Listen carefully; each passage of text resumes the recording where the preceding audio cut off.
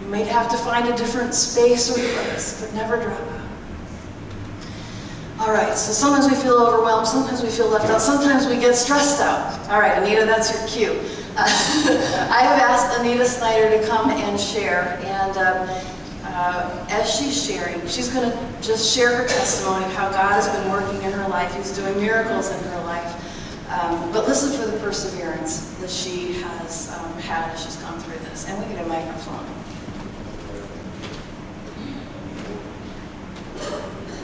Does it matter which one? Number one? Testing, testing, testing. Good morning. Good morning. Like she said, I'm Anita Snyder, and I just want to start out and let you guys know I feel honored and privileged to stand up here and let you guys know how God has changed my life. God has blessed me in so many ways, but I haven't always been to where I am now.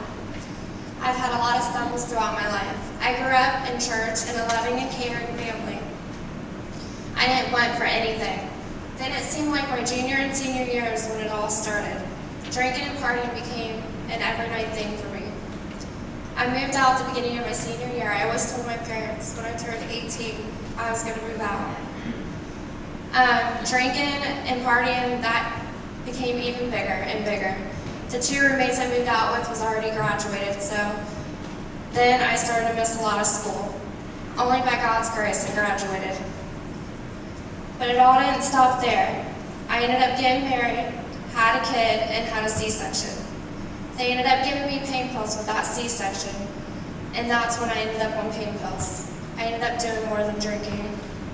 Then I had to have a couple surgeries on my stomach, so I started to get prescribed pain pills heavily.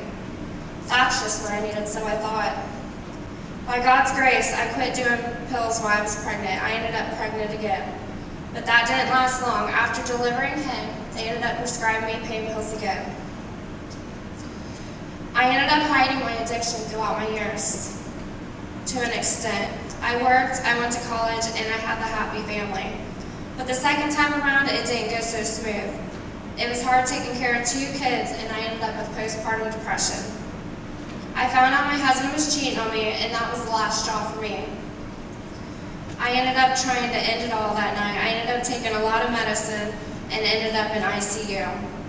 Obviously, God had another plan for me because I should have ended up dead that night. I wasn't thinking about how I was hurting my kids or even myself. All I was thinking about is myself. They would have had to grow up with no mom. After that, me and my husband ended up getting back together and trying to work it out for the kids' sake. But surprise, pregnant once again. I definitely didn't want to be pregnant this time. I mean, I just found out my husband was cheating on me. Life wasn't going very good for me. And then I just got out of the hospital. It was sad to say I didn't stay sober with this pregnancy. This is the first time in my life, throughout my addiction, throughout all the years that I've admitted I did drugs with my last son. I'm extremely blessed. He's okay though. After I had him, it was really hard. My husband didn't help me with the kids. Domestic violence came into play a lot. We ended up in jail. It seemed like a weekly thing for us. Then, a month after delivering my last son, my mother-in-law passed away. And that seemed like whenever my family fell apart. Every weekend, we were ended up in jail. Domestic violence, disorderly intox, public intox, you name it. Well, one Saturday, we ended up in jail, and that Monday, I called my parents to get my kids back. And they told me they couldn't give them back. Children's Services stepped in. I ended up losing my kids. My whole world came crumbling down in front of me. Life finally caught up with me. I got sober off all drugs except alcohol. Alcohol, in my eyes, was not a drug. I didn't have a problem with alcohol. They sold it at the stores. It's like I took one step forward, 2 steps back. Every time I felt like I was getting ahead of myself, I was doing good. It's like one thing always knocked me over. Right before my last court date, my husband ended up getting another domestic violence against me. He started drinking a lot more heavily, and it seemed like just there was a lot of anger in our family. Well, that last court date when we went to jail, it was like they were done fooling around with us. I lost full custody of my kids. It took all that for me to realize that we weren't good for each other, that we needed to go our separate ways. So I moved back in with my dad. I got clean once again. I got a job, and I was doing really good, and I ended up getting my own place. Well, I met this guy. I thought he was one of the greatest guys. Well, he was an addict, but a functioning addict, so I figured I could help him. Well, there I go again, back on drugs again, but this time here came a felony. That felony was a blessing in disguise. That was the one thing that opened up my eyes and made me realize I don't want to live like this anymore. I don't want to be in and out of jail. I want to get my life together. So, my last court date, I ended up getting sentenced to prison and rehab facility called Star. While in prison, I came to realize I can't do this on my own. I needed God back in my life. I ended up getting involved in every Bible study, every church function I could get involved in prison. It gave me a lot of time to work on myself and get a closer relationship with God.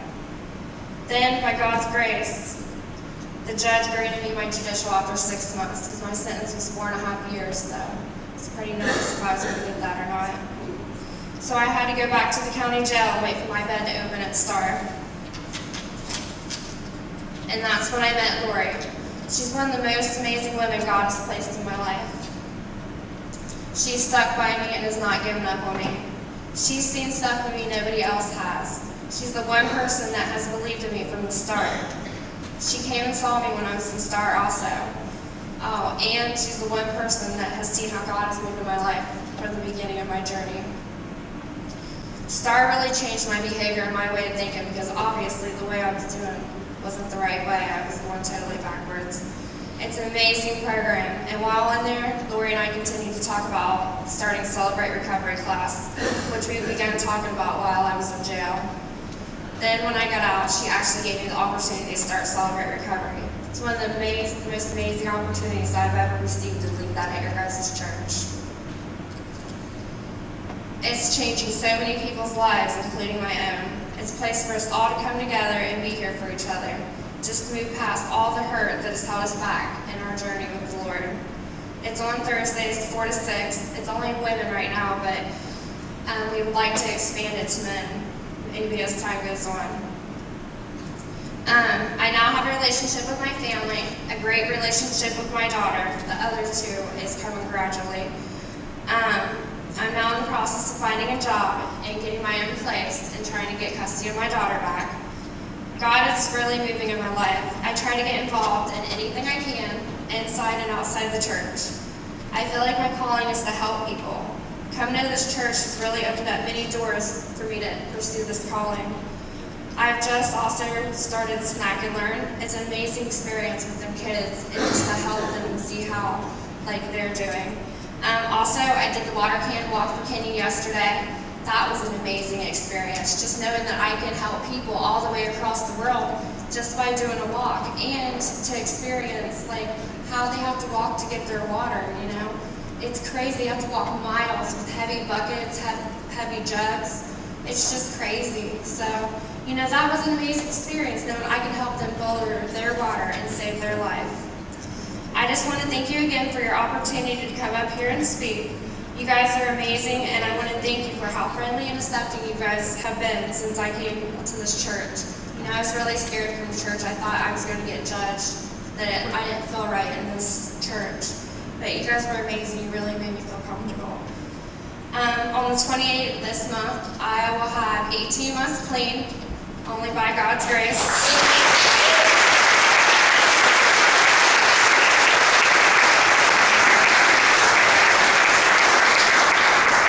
I love you guys, and I'm glad to have a church family like you. God bless.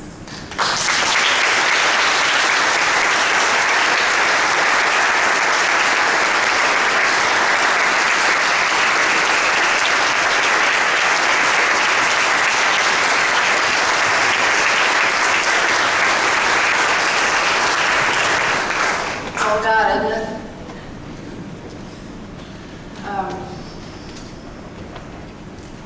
I was telling Anita this morning that God has an amazing way of working, because I've prayed about and thought about Celebrate Recovery for a long time, but didn't have, the right person. I didn't know who would lead it.